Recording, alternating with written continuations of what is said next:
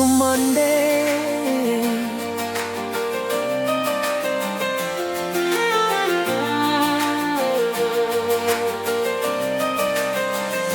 Musical Monday.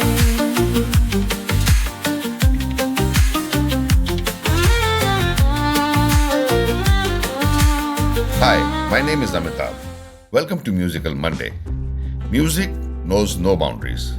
हमने कई बार देखा है कि कुछ गाने ऐसे होते हैं जो कल्चरल, लिंग्विस्टिक और ज्योग्राफिकल बाउंड्रीज को तोड़ते हुए पूरे संसार के लोगों को एक साथ दीवाना बनाते हैं। फॉर एन एग्जाम्पल, अभी कुछ टाइम पहले श्रीलंका की एक लड़की का एक सॉन्ग बड़ा फेमस हुआ था, मन के मांगे हेते, डू यू रिमेंबर? और उससे पहले Jerusalema, Gangnam style and few others. पर ये तो वो छोटी छोटी लहरें थीं जो आईं और चली गईं। पर दोस्तों, आज के पॉडकास्ट में है एक वो सिंगर जो न सिर्फ भारत और पाकिस्तान में बल्कि पूरे साउथ ईस्ट एशिया में, लैटिन अमेरिकन कंट्रीज में, साउथ अफ्रीका में, जापान, रशिया, यूके में हिंदी पॉप म्यूजिक की वो सुनामी लेकर आई जिसमें हम सब बह गए। रातों रात वर्ल्ड वाइड सेंसेशन बनना किसे कहते हैं, हमें तब पता चला, ahead of Michael Jackson mind you. और इनके जादू का असर अब तक कम नहीं हुआ है। ओरिजिनल हो या रीमिक्स, पार्टीज में इनके गाने आज भी बजाए जाते हैं। अब आप सोचेंगे ये है कौन, राइट? भाई, दिमाग पर इतना जोर डालने की तो जरूरत ही नहीं है। मैं आपको बस 2-3 छोटी छोटी से हिंट्स दूंगा and I am sure 100% of my listeners will hit the bulls आई। पहला डिस्को, दूसरा क्वीन और तीसरा पाकिस्तानी। अगर आपके मुंह से तपाक से निकला है नाजिया हसन, तो हुजूर आपका जवाब बिल्कुल सटीक है। दोस्तों, जब कोई फिनोमिनल चीज होनी होती है ना, तो बहुत सारे फैक्टर्स एक साथ काम करते हैं। कहानी कुछ ऐसी है कि जीनत अमान एक बार लंदन में फिल्म की शूटिंग खत्म करने के बाद अपने होटल लौट रही थी और वहां उनसे मिलने के लिए एक लेडी और 2 प्यारे प्यारे से बच्चे खड़े थे। ये लेडी थी मुनीजा हसन और जो 2 प्यारे प्यारे बच्चे थे वो थे नाजिया और ज़ुहैर। जीनत बताती हैं कि वो बहुत थकी हुई थी और उनका मन था कि बस वो फटाफट से हॉट शावर लें और अपने बेड पे जाकर सो जाए। पर फैंस को नाराज करना भी उनकी फितरत में नहीं था, तो वो उनसे मिली। यूजुअली ऐसी फैन मीटिंग्स बड़ी ब्रीफ होती हैं, पर ये जो मोहतरमा थी वो इतनी कल्चर्ड थी और उनका मैनरिज्म इतना सोफिस्टिकेटेड था कि जीनत बताती है कि वो वहीं लॉबी में बैठकर उनसे बात करने लगी। फिर बातें इतनी इंट्रीगिंग होने लगी कि जीनत बताती हैं कि वो उनको अपनी स्वीट में भी ले गई। अब एक फैन दोस्त में तब्दील हो चुकी थी, तो मुनीजा ने उनको इनवाइट किया अपने घर डिनर पे। नेक्स्ट डे जब जीनत वहां पे पहुंची तो उन्होंने घर में देखा एक गिटार लटका हुआ था दीवार पर। उन्होंने उनसे पूछ लिया कि ये कौन बजाता है। नाजिया घर पर ही थी। वो अपनी मम्मी के बुलाने पर ड्राइंग रूम में आई और अपना गाना सुनाया। जीनत एकदम से इंप्रेस हो गई। Actually, it was Nazia's voice and style that was not only unique, but also very, very captivating. अब इत्तेफाक से बॉलीवुड की एक और बड़ी जबरदस्त शख्सियत उस वक्त वहीं लंदन में मौजूद थी, फिरोज खान। वो अपनी आने वाली फिल्म कुर्बानी के लिए एक यूनिक और सेंसेशनल सॉन्ग की तलाश में लंदन आए थे।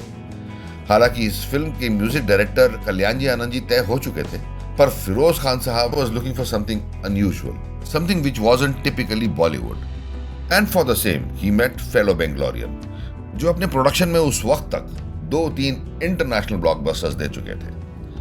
And his style was new age music of those hippie times, disco. ये थे म्यूजिक कंपोजर बिद्दू।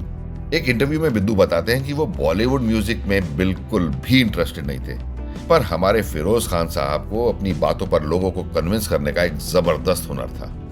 वो इस कला में इतने माहिर थे कि Biddu finally agreed to do 1 song, और बताते हैं कि वो गाना उन्होंने मात्र 10 मिनट में तैयार किया था। एक पार्टी में जीनत ने फिरोज खान को नाजिया के बारे में बताया। She was very sure that he was looking for a voice like that, तो फिरोज खान साहब एग्रीड। अब इधर घर पर गाने वाने तक तो ठीक था, बट नाजिया फिल्म में गाए इसके लिए इसके फादर बिल्कुल तैयार नहीं थे। लेकिन बताते हैं कि नाजिया की मदर ने फाइनली उनको कन्विंस कर लिया। और अब नेक्स्ट डे अपना स्कूल खत्म करने के बाद नाजिया पहुंची रिकॉर्डिंग स्टूडियो। वो स्कूल ड्रेस में थी, उनकी 2 चूटियां थी। लगा कि इतनी छोटी लड़की तो ये काम नहीं कर पाएगी। खैर, ऑडिशन हुआ और जैसे ही ऑडिशन खत्म हुआ, बिद्दू समझ गए that he has found a jewel. गाना वहीं लंदन में रिकॉर्ड हुआ। उसकी टेप्स फिरोज खान लेके इंडिया आ गए। Life back in London went as usual for Biddu and Nazia. अब मुझे पता नहीं कि ये मॉडेस्टी थी कि ये एक्चुअली हुआ था, पर नाजिया बताती हैं कि वो लगभग भूल ही गई थी कि उन्होंने कोई गाना रिकॉर्ड किया था। यूजुअली सॉन्ग के रिकॉर्ड होने के बाद उसकी शूटिंग में, एडिटिंग में वक्त तो लगता ही है। कुर्बानी रिलीज हुई 20 जून 1980 को और इस फिल्म के रिलीज होते ही तहलका मच गया। फिल्म तो धांसू थी ही और इसके सारे गाने भी हिट थे, पर डिस्को का जो ज्वालामुखी फटा वो बस अब एक मिसाल है। Golden, double golden, platinum discs, record companies की तो चांदी आ गई थी। उनकी धड़ाधड़ कॉपियों पे कॉपियां बिक रही थी और ये जमाना वो था जब रिकॉर्ड्स के साथ साथ कैसेट्स भी मार्केट में आ गए थे। उस वक्त का शायद ही कोई म्यूजिक प्रेमी ऐसा रहा हो जिसने ये गाना दर्जनों बार ना सुना हो। फिल्म की बेशुमार सफलता में इस सॉन्ग का बहुत बड़ा योगदान था।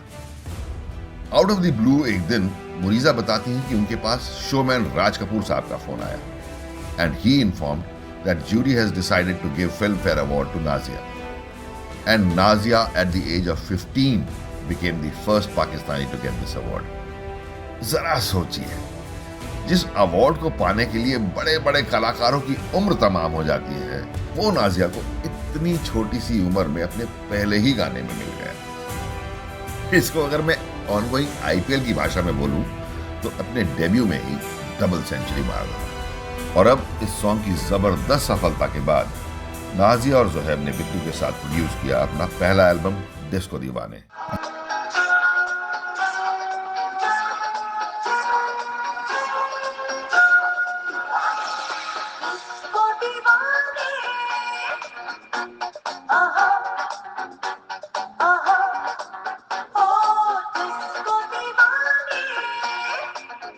यहां से सब कॉन्टिनेंट में शुरुआत हुई प्राइवेट एल्बम्स की और डिस्को दीवाने वो एल्बम बनी जिसने 18 देशों में चार्ट्स टॉप किए।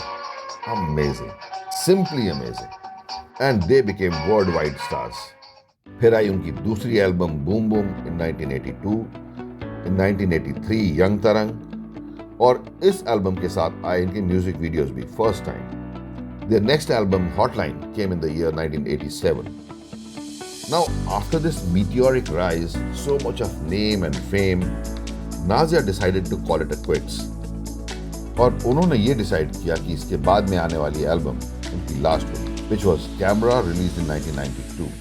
भाई, मुझे तो दोनों भाई बहन बहुत बहुत प्यारे लगते थे, and they both were extremely good looking and fashion icons of those times. Both Nazia and Zohaib were very simple, yet very very elegant and down to earth. बहुत ज़हीन तहजीब वाले बच्चे और भाई बहन का आपस में प्यार, उफ, क्या रहा। By God, there is so much to talk about them, but आज के एपिसोड को मैं यहीं वाइंड अप करता हूँ। अब एक थम्स अप के साथ अपने दोस्त अमिताभ को दीजिए इजाजत। Have a musical Monday. Musical Monday, Musical Monday, Musical Monday, Musical Monday, Musical Monday.